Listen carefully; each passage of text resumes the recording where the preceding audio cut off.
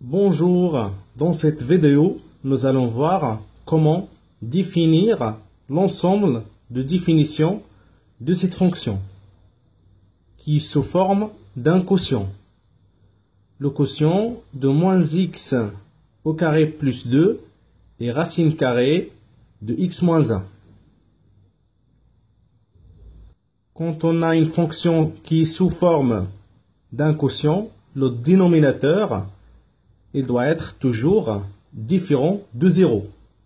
Ça veut dire racine carrée de x moins 1 doit être différent de 0. Ce qui veut dire que x moins 1 doit être différent de 0. En même temps, on a ici racine carrée de x moins 1. Et comme vous savez, quand on a une racine carrée, tout ce qu'on a à l'intérieur de la racine carrée, il doit être supérieur ou égal à 0. Ça veut dire, en même temps, x moins 1, il doit être supérieur ou égal à 0.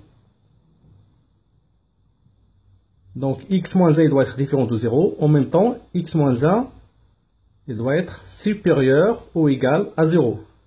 Donc, d de f est égal à x appartient à R, tel que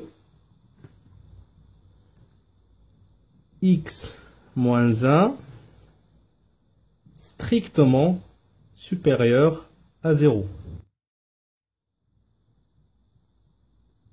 Comme ça, on respecte les deux conditions.